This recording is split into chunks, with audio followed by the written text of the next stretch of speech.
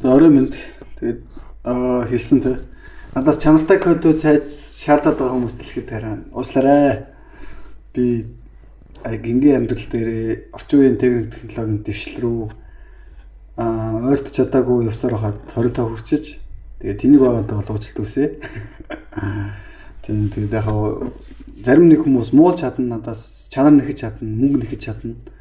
Тэгээд тэр мөнгө нь надад байхгүй байж болно. Эсвэл мэдлэг нь байхгүй байж болно. Тэрэн дээр бол мэдээж уучлалт хүсэж байна. Гэхдээ хүн анханасаа бүх зүйлийг сурч төгдгөө. Мэдхгүй зүйлс зөндөө бай, суралцмаар зүйлс ч гэсэн зөндөө байдаг. Тэгээд ер нь бол алдаа оноон дээрээ дижлээд үзэхэд ер нь бол зарим нэг зүйл дээр хитрхи хитрүүлсэн хандлага бол байсан. Жишээлбэл энэ дасгал дээр, дасгалын тоотон дээр ч юм уу олон зүйлсэн дээр олон удаа алдаа гаргасан. Ар нурнуу даач гэсэн хотод төрүүлжсэн үед байгаа. Гэхдээ би ч гэсэн хин нэгний ар нуранд хотод түрээд надад гомдож явдаг, нэрхэж явдаг, үзий ядаж явдаг хүмүүс ч гэсэн байхыг үүсэхгүй. Гэхдээ алдаа багтай, оноо ихтэй амьдрахыг бүгдээрээ хүсчихвэл бас болчихж байгаа байхгүй. Тэгээд үзэх юм бол юу гэсэн тэгээ нэг мяга удаа бичлэг хийн, тэгээ хажуугаар нь мөнгө төгрөг санхүү юу болох нь. Тэгээ одоо миний хийж байгаа зүйлсүүд надад нэг өндөр оршиг орлого авчирна гэхээс илүү зардал авчирдаг. Гэхдээ зүгээр байнгын барай байхгүй үе гэдэгс. Тэр шиг ер нь бол өсөж дэвших тийм боломжууд гарч ирэх баг. Тэр үедээ хамгийн ихний зорилго бол нэг гайгүй суурин компьютертэй болёо гэсэн зорилго байгаа. Тэн дээр илүү чанартай контентуудыг хийхэд маань туслах зөвлөхөр хэмжээний тийм компьютерийн мэдлэгтэй дүүнер, найзууд, ах эгч нар бас байдаг. Одоогийн тохиолдолд болохоор зөвхөн уцаараа л хийж байгаа. Утас маань багтал болцоод байна. Тэгээд надад ямар нэгэн байдлаар тус хүргээгүй байж иж, ямар нэгэн байдлаар миний хийж байгаа тусаа ойлгоогүй байж иж, миний амьдралаар амьдраагүй байж иж надаас шууд чанар нэгж байгаа тийм хүмүүсийг бодохдоо болоогүй л хүмүүс ах гэж боддог. Тэгээд үүссэн нэг бодлоор бас ер нь муулахтай шүүмжлэхээс дамжуулаад одоо доромжлох тусам гялалцсан гэдэгтэй адилхан илүү сайжрах, илүү олон юм зар юмыг бодох, илүү зөв шуналтай болох тийм хүслүүд байгаа. Дээрээс нь өмнө нь болохоор хүн мөнгө байвал юу хийхээ мэддэггүй байсан бол одоо надад яг юу хийхээ мэдчихэж байгаа тэр зорилгууд ядаж байгаа. Юг яаж хийх үү, дараа нь хаашаа зүглэх үү, тиймэрхүү бодлууд байгаа. Дээрээс нь хэнийг хохирох уу, хинтээ ашигтай амьдрах уу, хинтээ зөв харьцах уу, хинтээ буруу харьцах уу гэдгээ бас тодорхой хэмжээнд мэдчихэж байгаа. За тэгээд олон юм нурших ах уу, зүнцэн юмнуудаа ярих юм бол юу ч гэсэн хүний яваагүй замаар явж үзэх гэдэг жоохон хэцүү байдаг. Хүмүүс зүсэх тийм. Ер нь ингээд шуун цоо байлаа тийм. Ингээд тийм. Ас холын орныг зөрөөд нүүдлийн шууд буцлаа штэ. Хамгийн тэргуунд байгаа салхи зүсэж байгаа нь хамгийн их ядардаг. Тэгэхээр ер нь бол ойлгосон ч бай ойлгоогүй ч бай та нарын хувьд би тэр хан зүсгэж байгаа эсвэл тэр зам гаргаж байгаа хүн нөхгүй. Тэгэхээр хэцүү байгаа. Шантармаар үед зөндөө олон байгаа. Дотроосоо болооч чи ямар тэнийг юм бэ? Ийм зүйл хийхээс ичээч гэдэг дуу хоолойдсон сонсогддог. Чиний найзууд чамайг шуулж байгаа, чи тэнийг чи буруу те ингээд иймэрхүү юм зөндөө байна. Гэхдээ тэр болгон дээр тэгээд ялал уусгаал цаашаа өргөжлүүлэл явж байгаа. Тэгээд эсвэл хэлсэн шүү дээ. Энэ одоо миний түгэж байгаа ном, зарим ном энэ 1930-аад оны үед гараад 40 жил устдаад алга болж байгаа л гарчсан ном. Дараа нь хүмүүс 40 жилийн дараа ойлгоод бестселлер болсон. Тухайдээ бол хинж уншаад ойлгоогүй хогийн сав руу баг явж исэн тийм ном баггүй. Тэрнтэй адилхан энэ ном ч гэсэн 2010-аад оны үед гарсан. Оростой яг унших хүмүүс нь уншина, уншихгүй хүмүүс нь уншдаггүй, ойлгох хүмүүс нь ойлгох хүмүүс нь ойлгодаггүй. Тэгэл муулаад байж байгаа. Яг хүн болгон чаддаг. Тэнийг галзууч бай, юу ч мэддэггүй хүн ч гэсэн муулж чаддаг. Тэгээд Оросын Питер Левны бичсэн ном, Питер Левны байдгүй хүн гэж ярьдаг. Эсвэл янз янзаар ашигын зорилготой уран зохиолын ном гэдэргээ ярьдаг хүмүүс зөндөө байдаг. Гэтэ азар тийм биш гэдгийг би маш олон зүйлээр мэднэ. Энэ номон дээр гарч байгаа баатруудын заримтаа би уулзч үзчихсэн. Тэгээд олон зүйлсүүд байгаа. Тэгээ бүгдийг би та нарт ярих албатай биш, ярих гэсэн ч гэсэн нэгдүгээр цаг нь болоогүй гэж болно. Хоёрдугаар би ярих гэсэн ч гэсэн нэг бол та нарын ойлгодог зүйлсүүдээр ярих шаардлагатай болчих магадгүй. Тэгэхээр ер нь бол та наргүй асуудал зөндөө байна. Гэхдээ шантрааг байна. Тэгээ дээрэс нь нэг зүйлийг бас жоохон ойлгоо сурчаач. Энд чинь залуу хүн биш үү? Тэгээд 25 хүн ядуу байж болох уу? Байж болно. 25 ядуу хүн Монгол зөндөө л байна. Тэгээ аавжийнхаа ажлаас мөнгө аваад явж байгаа, амьдраад явж байгаа. Тэгээ ингээд нэг цалингаас цалингийн хооронд явж байгаа хүмүүс зөндөө байна. Таарих угаал явж байгаа, шороо оронд орох гээд явж байгаа ч юм хэцүү тохиолдол зөндөө байдаг нийгэмд. Тэгээд надад ч гэсэн тиймэрхүү тохиолдол байж болохоор ихгүй юу? Ер нь бол тэгээд би гэхдээ ер нь ямар ч гэсэн би тэр торонд хоригдсон хүмүүсийг бүгдийг муу гэж хэлэхгүй. Гэхдээ надад ч гэсэн торонд хоригдчихмоор үед тэ байсан. Би нэг тийм чадал сайтай ирэх хүн биш. Гэхдээ нэг хин нэг рүү гараа явуулаад тэр нь бүр буруудаад тэр нь ингээд том зүйл болоод хуулийн хариуцлага хүдэчмээр юм уу? Тиймэрхүү үед хүн байдаг шүү дээ. Тийм тэгээд жишээлбэл би 20 оны үед бол тиймэрхүү тийм амар уур хилэнтэй байсан, галзуу юм шиг болцсон, унтаж чадахгүй болцсон үед надад байдаг байхгүй. Стресснээсээ болоод, депрессээсээ болоод те ковид гэдэг өвчин гарсан, маш олон хайртай хүмүүсээ алдсан, унтаагүй бараг жил гараа явцсанасаа болоод би зарим нэг хүн рүү бичсэн чатуудаа сандгүй, хийсүүлүүдээ зарим нь сандгүй тийм үед байдаг. Тэгээд тийм галзуу юм шиг шоконд орсон үе зөндөө байдаг байхгүй юу. Гэтэ одоо бол би бол тийм биш байгаад байгаа. Уул нь бол тийм ингээд зүгээр ээ шүү дээ. Эрүүл ингээд зүгээр ингээд хүн ямар эрүүлгүй ямар байдгүй тэр хэмжээнд ингээд бод сэтгэхэд ажиллаа явж байгаа мөртлөө хүмүүсээс галзуу илий балай тэнэг гэсэн тийм шүүмжлэлүүдийг сонсдог. Худалч хулгайч лөөрчин тэг ингээд иймэрхүү шүүмжлэлүүдийг зөндөө сонсдог. Тэгээд яг үгүй ядаж л би торны цаанд биш байна. Би ядаж ингээд нэг камер руу хараад бичлэг яриа сууж байна. Дээрээс нь гадаа сууд зогсчихэд үед байсан. Тэгээ мэддэг хүмүүс нь мэдж байгаа. Надад хуусны Samsung-ийн утас байсан. Надад халаас нь мөнгө байгаагүй. Надад ганцхан ярьж чадах юм юу байсан бэ? Тэгээ энийг л ярьж чадах байсан. Би өөр одоо ингээд сошиал инфлюенсеруудтай адилхан гадаадын соёлын тухай ярьж чадахгүй. Би бол ярмаар л байдаг залуу хүн юм чинь. Гадагшаа үзсэн зүйлээ эсвэл төгссөн сургуулийнхаа тухай, бизнесийн тухай, олон улсын зах зээлийн тухай, мэдлэгийн тухай ч юм уу тэг ингээд хандлагатай бичлэгүүд хиймээр байдаг. Хөгжилтэй бичлэгүүд ч юм уу хиймээр байдаг. Дааж миний анхнаасаа сонгож авсан сэдв хөгжилтэй байгаагүй. Ерөөсөө хөгжилтэй сэдв биш. Тэгээ энэ утнаас гэдэг сэдв ерөөсөө хөгжилтэй сэдв биш аахгүй юу? Яг одоо ингээд нэг олон юм дараа харж байгаа хөгжилтэй сэдв мөн үү? Дэрнээс шир нь бол жон гонигтай сэдв бохгүй юу. Тэгээ ингээд тэгээ нэг их сургуульд ч юм уу охин нарих чи. За магадгүй баарнд л гэлтэй. Би тэр хүнтэй очиод дуртнаас ирвэл тэр хүн наваг тоохгүй байхгүй юу. Бүр ингээд дөрөвнөстэй. Тэгээ дээрээс нь нэг тийм царайлагч биш. Нэг тийм би хатаж биш, нэг мөнгөтэй ч биш.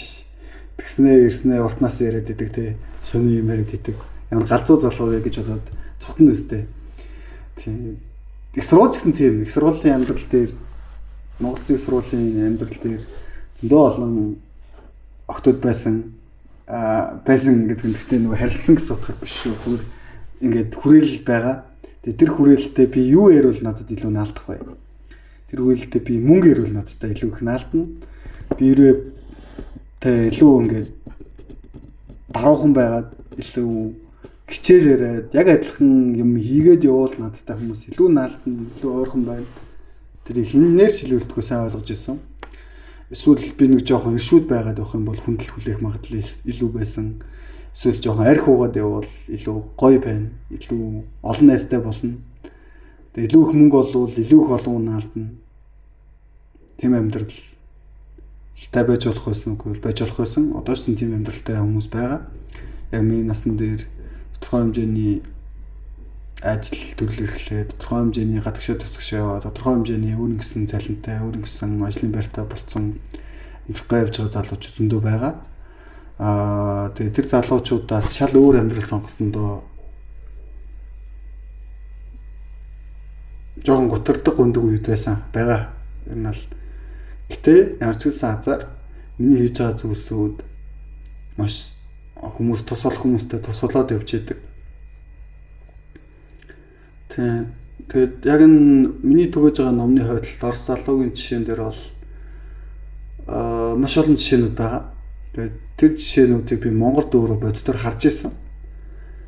Гэтэ уул нь баярламаар байсан. Анх хэрвээ би 17-д одоо энэ зүйлийг сураад би тэрийгээ дахиад нэг өөр хүн заагаа тэр хүмүүс хүлээж авангуудаа тийм гайхалтай залууж байгаа үр дүн үзүүлвэл баярлахаар байсан. Даанч одоо би 25 дээр 8 жилийн дараа тэр хүнийг хараад яг баярлдаг л да. Миний шавнар дотор ингээд гой залуу болчихж байгаа. Багшаа би ийм гой залуу болцсон шүү. Ийм гэсэн шүү. Тэгээ ингээд хэвтрээсээ боссон шүү. Тэгээ би ингээд байнга шархирдаг байсан. Ингээд унтаж чаддаггүй байсан. Одоо би үнэхээр гой нойртой болцсон. Илүү гой залуу харагдаж байгаа. Үр ач нартай байгаа. Тэгшээ тутгшээ явж байгаа. Гэж шавнар байдаг. Гэхдээ дааж одоо би тэрийг хараад их баярлж байгаа ч гэсэн бүр амар тийм ингээд уухаа гэдэг орилоод ч юм уу тэгэхээр хэмжээний биш байгаа да. Тэгээ ямар ч гэсэн амьдрал бусдын яваагүй замаар яваад бусдын яваагүй зүйлсийг сонирхоод тэгээ тэн дотроо бас олон алдаануудыг туулаад ирэхээр олон удаа хүн хараалгуулад ирэхээр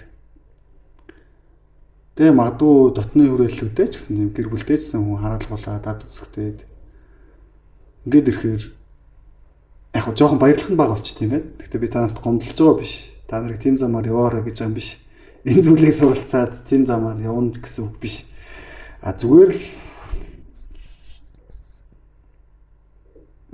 Зүгээр л ер нь бол өөрөө л би явъя гэж явчаад тэгээд сонгоёг сонгосон замныхаа эсрэг ингээд гомдлоод байх шаардлага байхгүй байхгүй. Тэгээд ялаа өргөх хэвээр. Хэрэг би шоронгийн өргөл байсан бол би ялаа өргөх хэвээр. Ягдгүй би ямар нэгэн гимт хэрэг хийгээд шоронд орсон бай. Тэгэхээр миний тэр анхны хийсэн сонголт бол нэлээд тийм том хатуу сонголт байсан. Тэр нь болохоор их сургуулиудаа болсон. Тэгээд зөвхөн мөрөөдлийнхөө төлөө явсан. Ажил хийсэн мөнгөө бүгдийг энэ пэйждээ зарцуулсан, номондоо зарцуулсан. Тэгээд халаас хоосон болсон. Хараалгуулсан, аав ээжтэй загнуулсан. Энэ бол зөв. Ягдгүй хүний аав ээждэг загнах нь зөв бохгүй юу? Одоо ч би нэг тийм хүнээс илүү топнууд амьдраад хүн амьтанд хүрээлүүлээд, хүндлүүлээд яваад байгаа юм байхгүй. Зүгээр өөрийнхөө хүрээл дотроо бол тодорхой хэмжээний байр суурь олчлоо. Олоод явж байгаа. Тэр хүрээлэлтэй бол мэдээж маш их баярлж байгаа. Гол нь яг хэлэх гээд байгаа үндсэн санаа нь юу юм бэ гэхээр яг дахиад өмнө хэлжсэн санаагаа давтж хэлэх гээд байгаа өмнөх шавнартаа. Би ямар та нарыг амар мүстүс гээд байгаа юм уу? Амар зов гээд байгаа юм уу? Ингээд тэгээд бүх амьтанд хараалгуул гээд байгаа юм уу? Үгүй шүү дээ. Зүгээр л ингээд зааж байгаа ямиг цөгөө ингээд бэлэн ном болгоод гараад ирсэн байна. Очоод сурчих. Тэгээд зүг асуулт асуу. Би тийм ухарсгтэй бай. Тэгээд зүг байх юм бол зүг асуултуудаа асуух юм бол харин хэлээд байгаа шүү дээ. Ном дээр чинь бүх заавар нь байна. Цогц татлон засаглалыг яаж сурд юм бэ? Ямар хэд шид цаанаа байд юм бэ? Бүх юм байгаа байхгүй юу? Дээрээс нь бүх хэд шидийн цаана бүгдэнд нь биш маа гэхэд тодорхой хэмжээнд хүрээд үдцсэн нэг хүн байна. Тэгээ онл ярээ сууж байна. Тийм. Тэгээ жишээлбэл тэр зэрэгэлдээ ертөнц рүү нэвтрэх эсвэл ингээд юунд ч үйл ажиллах болох гэх мэтчлэн тэр олон зүйлсүүдийн цаана ер нь бол тодорхой хэмжээнд гараад үдцсэн.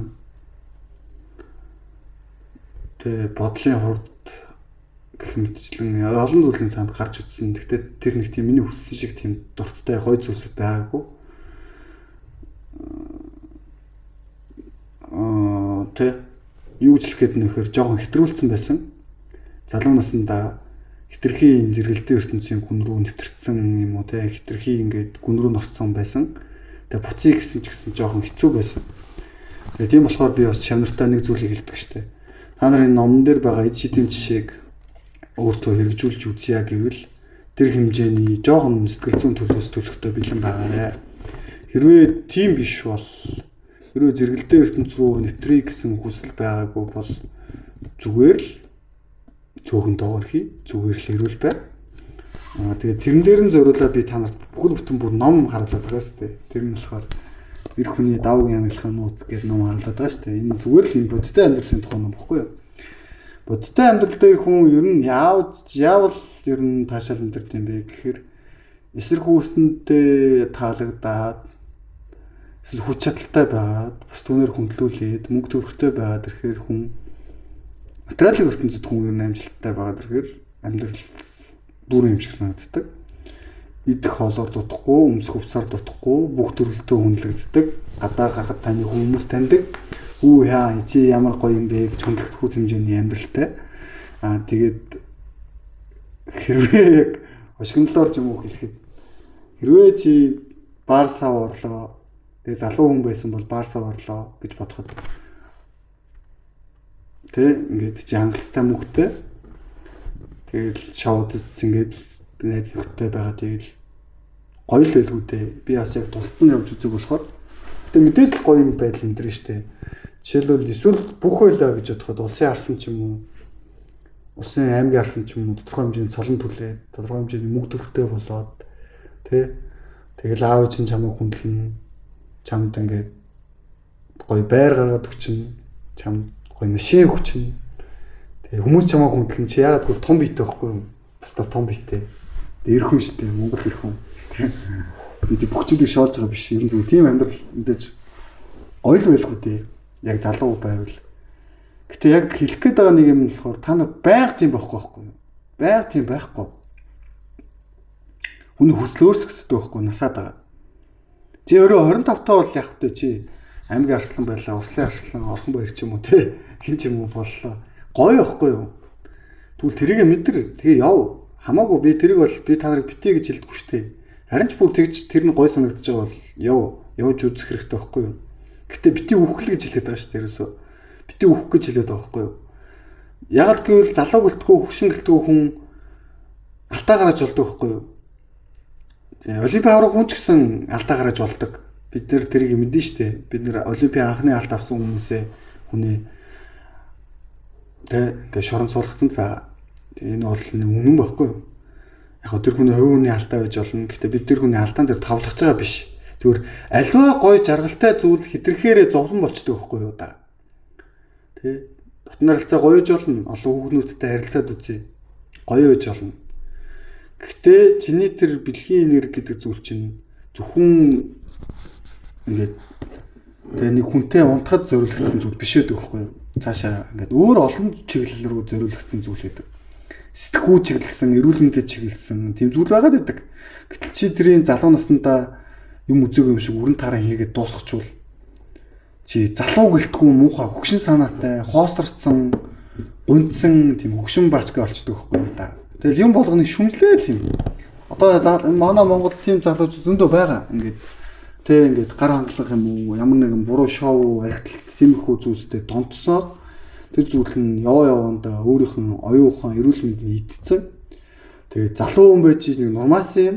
Тэгээ муу санаатай юм хөгшин болцсон байдаг. Тийм муухай хэлэхэд миний найзууд ч гэсэн тийм жишээнүүд байгаа. Гэхдээ би бурхан биш учраас тэр хүмүүсийг шүүхгүй ч юм уу тэнэг гүлэг гэх те одоо хараал нэрүүл хэлээ тэр хүнийг очиод нэг амьдралын заахгүй. Гэхдээ яагаад надад ингэж хоосрол мэдрэгдээд байна? Яагаад би юм тэнэг байна гэвэл тэрэнд л зориулж яриад байгаа байхгүй юу? Тэр чинь чи зүгээр залуу насныгаа ирч хүчийг хитрхи өрн таран хийснээс болоод чамд хоосрол байна.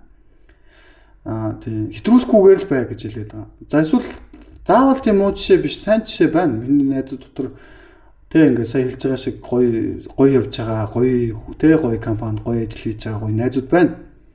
Тэг ингээд банкт ч юм уу. Тэг Монголд одоо тэгээд яж хат гоё амьдрах салбарын цөөхөн л дөө.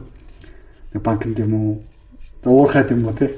Монголд ер нь чаас бус салбарууд нь цалин нь уучлаарай штэ. Та нар мэдчихэж байгаа. Надад заалуулахгүй мэдчихэж байгаа. Тэг ингээд ажлын цаг нь Монголд ажлын цаг нь 10 хэдэн цаг. Цалин сая хэдэн 100. За их үсрээл нэг 2 сая. Бүр гуйж түүжил нэг 2 сая. Тэгээ гоё 2 сая төгрөгөөр хідэн төгрөгийн байран зарцуулах юм. Хідэн төгрөгөнд тэ түрээс нь түүхний. Гээд бас бодвол сонин штэ ер нь бол. Тэгээ нийтийн байранд амьдрах хэрэгцээ гарна. Мөнгө хөрөнгөлөөлэй гэж бодвол нийтийн байранд амьдрах хэрэгцээ гарна. Тэр аав чинь яг гайгүй хүмүүс байдаг бол аав чинь амьдарч магадгүй. Гэтэл ер нь тийм баггүй. Чи гайгүй ажлын байр гайгүй юм хийя гэж бодвол тэр нь дотор цөөхөн тэг очисон захирлууд чинь айгүй хувийн хичээсэн хүүхдтэй хайртай чамд хайргүй тийм захирлууд Монгол зөндөө. Гэтэ тэр хүмүүсийн буруу гэж хэлэх нь хайшин. Тэр хүмүүсийн өссөн орчин үзэл бодол шашин шүтлэх нь тийм штэ. Одоо би ч гэсэн баян захирлууд төр байж үзсэн. Мөнгөтэй тэргүй мөнгөтэй хүүхдтэй мөнгө татдаггүй тэр хүүхдээ яаж гадагшаа сурах уу гэж боддог хүн. Зайсанд амьдардаг хүн. Тэр хүний буруу биш байхгүй юу? Тэгээ тогтолцооны юм байна. Тэгээ цалин ажилтнанд бол хайргүй. Ажилтнгаа яаж орцоогаар амьдруулах уу? Ажилтнаг яаж ингэж бүр болохгүй сольчих уу? Тэ? Яаж баг цалинтай байх уу? Яаж энэ нөхрийг удаан өөрийнхөө дор 10 жил боол шиг 10 20 жил боол шиг байх вэ? Гэд бодчих. Тэр хүний буруу биш байхгүй юу? Тэр хүний угаасаа багтан зааж исэн 10 жилийн сургууль нь тийм байсан. Их сургууль нь ямар байсан?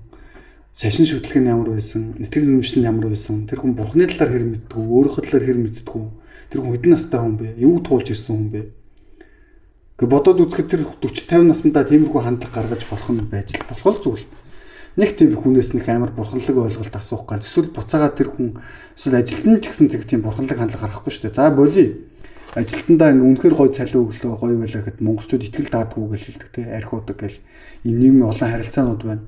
Тэр энэ болгоны асуудлын мөн чанар нь хаана байна гэхээр бид нар энэ өөрийнхөө тухай, энергийнхаа тухай, бэлгийн энергийн тухай, эсвэл өөрийнхөө энерги урсгалын тухай, хоосрлын тухай, олон зүйлсийн тухай бид нар мэдэхгүй байгаа байхгүй юу? Тэгээд зүгээр ашиглаж чадахгүй. Хүн төлөвлөлтөө нэг тийм хүн шиг амьдрч чадахгүй байгаагаас л болж байгаа том зургаараа харуул. Дээрээс нь бид нар бурхан гэж амаараа ярих дуртай, бурхан багш гэж ярих дуртай мөртлөө тэрийгэ мэдтгүү. Бурханы тухай дуртай дургу ярьдаг баахан сүмүүд байна. Бид нар тахтай яг бурханы тухай мэдтгүү. Тэ нэг найзтай болох гэж сүмд очдог. Юу гэсэн ч үгүй. Тэ найзтай болох гэж сүмд очих гэж байгаа бол хэрэггүй байхгүй юу? Найзаа өөр газараас хай. Зүгээр ингээд гоё даруухан охин хайх гэж сүм очих гэж байгаа гэд. Яг үүндээ сүм гэж байвал, бурхан гэж байвал тэр чинь бүр илүү том зүйлсийн тухай заадаг. Илүү том зүйлсийн тухай, илүү том авралын тухай заадаг газар байж тэр чинь жихэн шашин, жихэн үнэн багш, жихэн байна. Тэрээс биш чинь ямар баар биш үү? Ямар Монгол секс сургууль биш үү? Ямар нэг их сургууль сурч байгаа шүү дээ. Чи шашинд тэгж очих гэж байгаа бол хэрэггүй байхгүй юу? Мөрөөрөө зүгээр гоё мөнгө болоод амьдрсан дээр. Харин шашнаас чи юу хайх хэвтэй байвал жихэн бурхныг хай, жихэн авралыг хай, төгс үрдүн хай. Илүү хэрсүү байдлыг хай. Чи мөнгөтэй байгаад чи тэ ингээд мөнгөтэй байгаад чаддгүй тэр ханнуудаа авах гэж хай.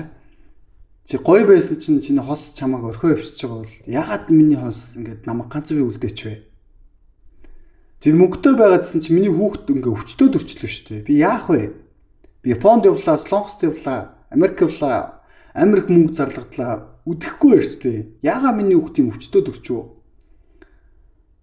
Ботгол асуудал واخгүй юу? Ингээд цаана зөндөө байгаа энэ амьдрал дээр зовлон зөндөө байгаа. Ингээд зовлонгүй байх боломж нь ч гэсэн байгаа واخгүй юу? Бид нар зүгээр анханаас нь энэ зовлон томрохоос өмнө асуудлыг ярьдаг, шийддэг нөхөр байхгүй. Тэгээд нэг халзан толгойтой улаан дээлтэй нөхөр чамайг чи Монгол хүн чи надаа ингээ мөнгө өг чи хямрасан тавиул гэж хэлээд идэг. Тэгэд уншуулад идэг дэрдэж байгаа юм байхгүй. Энд чи ингээд оюун ухааны зүрхсэтгэлийн хувьд арай илүү өөр төвшөнд хүрмээр байна штэ. Өөр зүйлсийг ойлгох хэрэгтэй үстэй. Тэг ингээгүйгээсээ болоод ямар нийгэмд амьдарч байгаагаа та нар одоо бас нэг жоохон боддtiin болгоо ингээ харчих. Тийм. Ер нь бол ийм л байна. Тэгээд бухимдах хэрэгтэй байхгүй энэ дэр. Яагаад бухимдахгүй байх хэрэгтэй? Бухимдах хэрэгтэй. Харин тэр уур хилэнгийг өөр тийшээ чиглүүлэх хэрэгтэй байхгүй юу? Тийм.